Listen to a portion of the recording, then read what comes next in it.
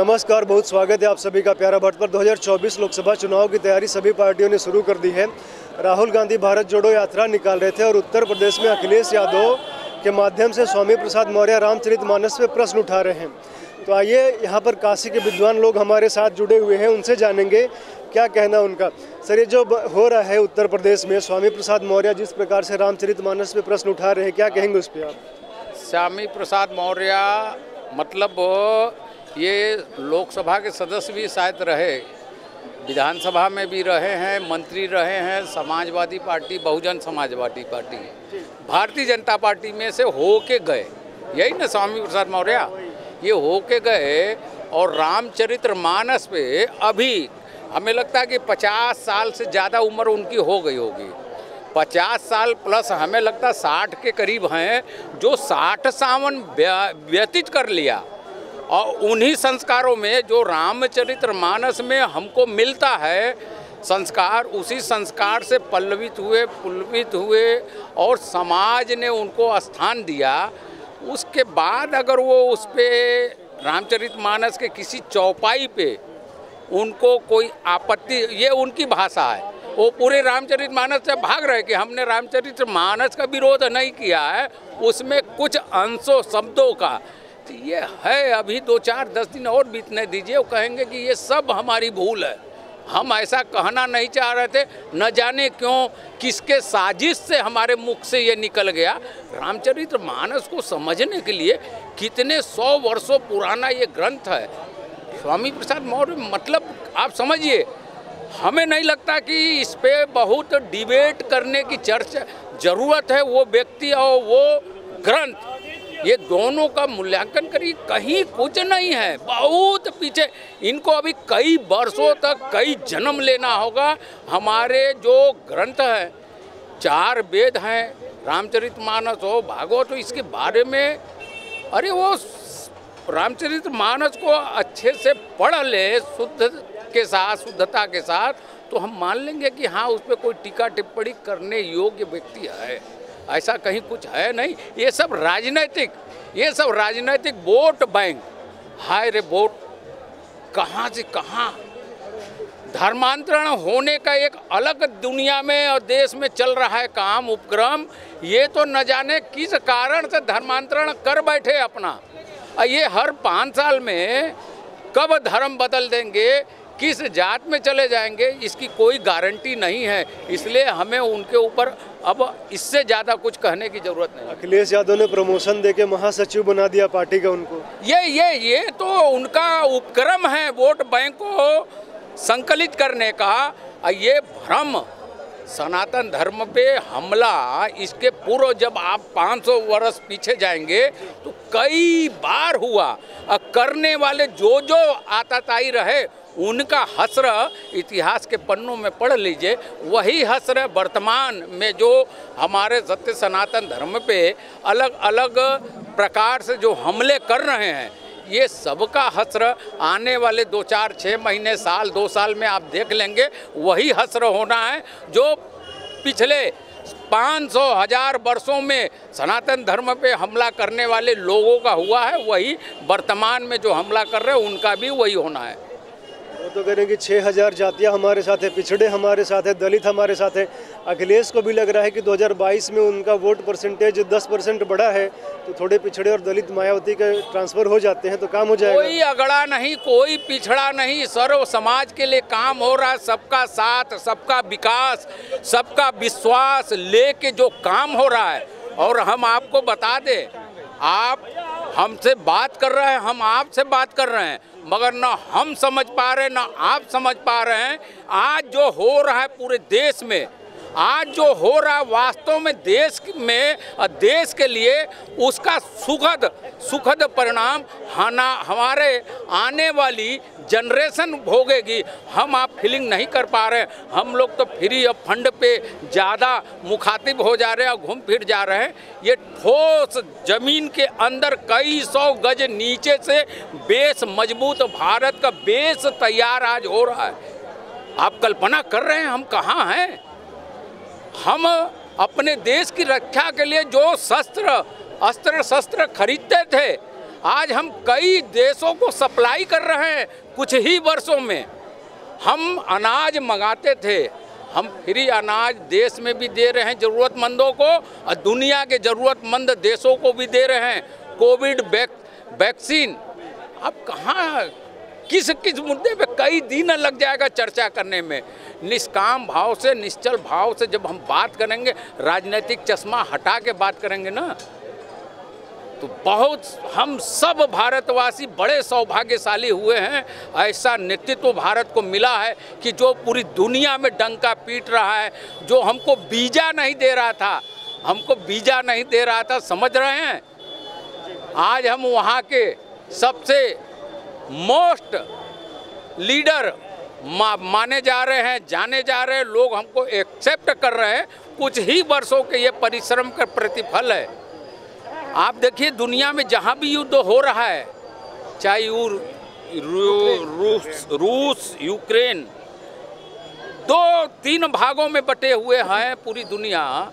निर्णायक के रूप में भूमिका का निर्वहन करने का आशा भरी निगाह कहाँ दुनिया देख रही है। भारत का जो नेतृत्व कर रहा है आदरणीय नरेंद्र भाई मोदी, जो भारत सरकार के प्रधानमंत्री हैं और हमारे ये काशी के सांसद हैं, हमारे सांसद हैं, हमने उन्हें वोट किया है। इस बात का हमें फक्र है कि हमने जिसे वोट दिया है अब पूरी दुनिया का नेतृत्व कर रहा है। ये मेरी काशी है। आप मजबूत बेस की बात कर रहे थे कि मजबूत बेस बन रहा है, लेकिन 2047 में PFI का डॉक्यूमेंट बिहार में पकड़ा गया, महाराष्ट्र में पकड़ा गया कि 2047 तक भारत में इस्लामिक राष्ट्र बनाना है, गजवा हिंद करना है। अशरफ मदनी का स्टेटमेंट भी आपने सुना होगा, पूरे भारत पे क्लेम करे कि पूरा भारत ही, पहले पैगंबर ही भारत में हुए। कैसे देखते हैं इस स्टेटमेंट को आप?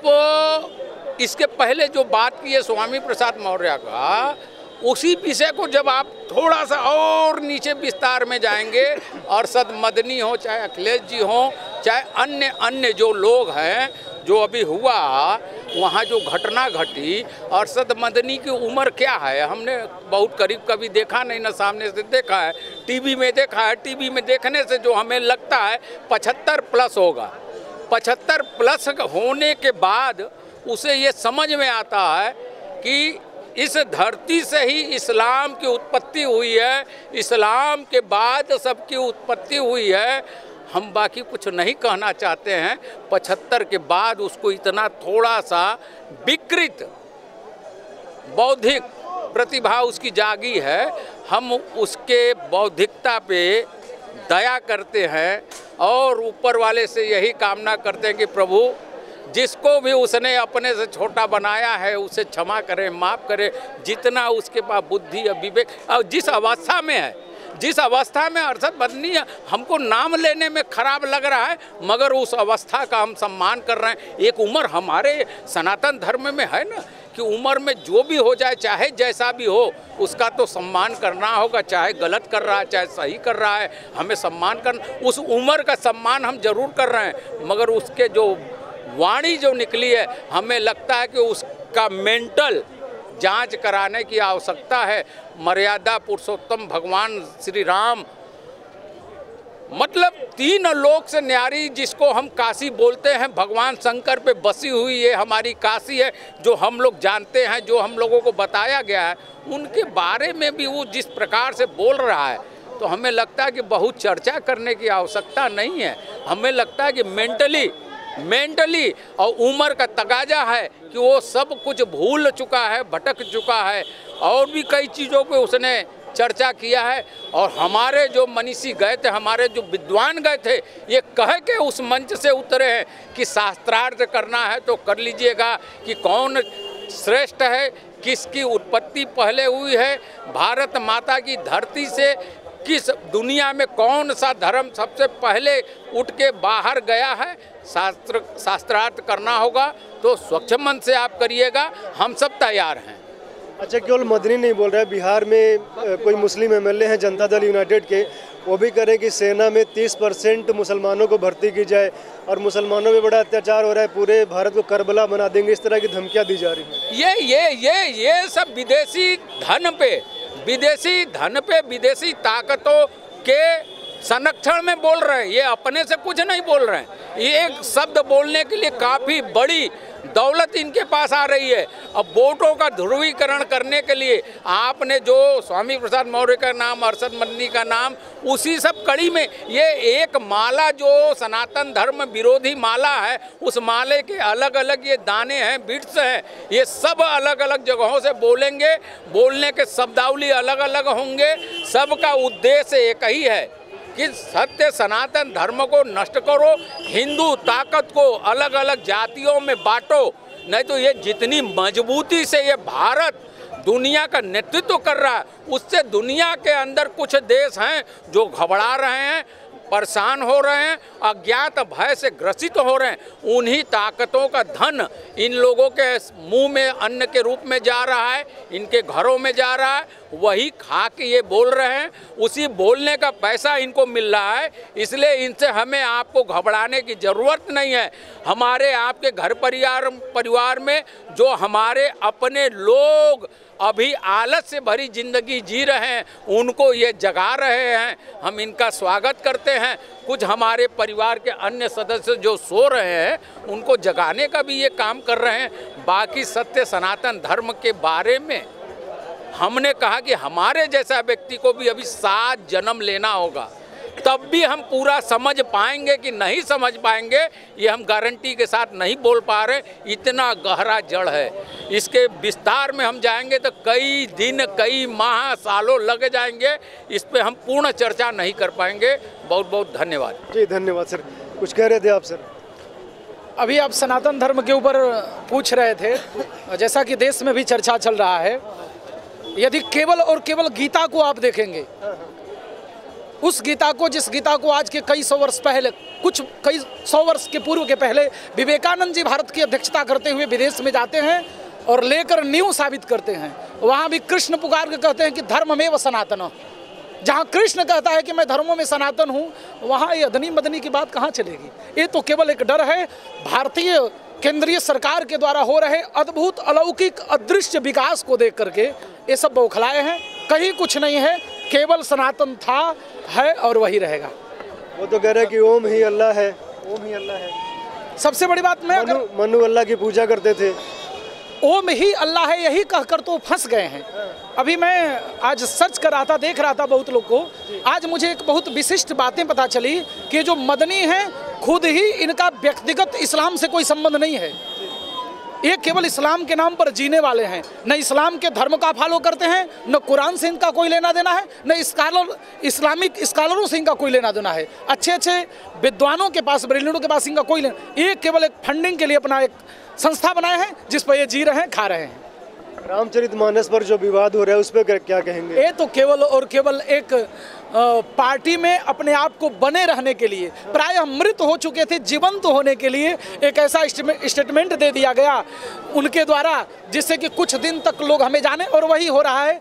बाकी रामचरितमानस तुलसी की वह एक गाथा है जो भारत के एक एक जन में व्याप्त है, और व्याप्त होने वाली गाथा को कौन मिटा सकता है? जिस रामचरितमानस की प्रामाणिकता की पुष्टि भगवान विश्वनाथ सत्यम शिवम सुंदरम लिख के करते हैं, ऐसे मौर्य के कहने से कुछ नहीं होगा। एक केवल पागलपन है। अरे पिछड़ों का अपमान है, दलितों का अपमान है। उसमें कोई, जितने दलित हैं वर्तमान में 125 करोड़ 150 करोड़ देशवासियों के बीच में सबसे ज़्यादा यदि रामचरितमानस को पढ़ने वाले हैं, सस्वर गाने वाले केवल हैं, तो मैं मानता हूं कि सबसे अधिक दलित हैं।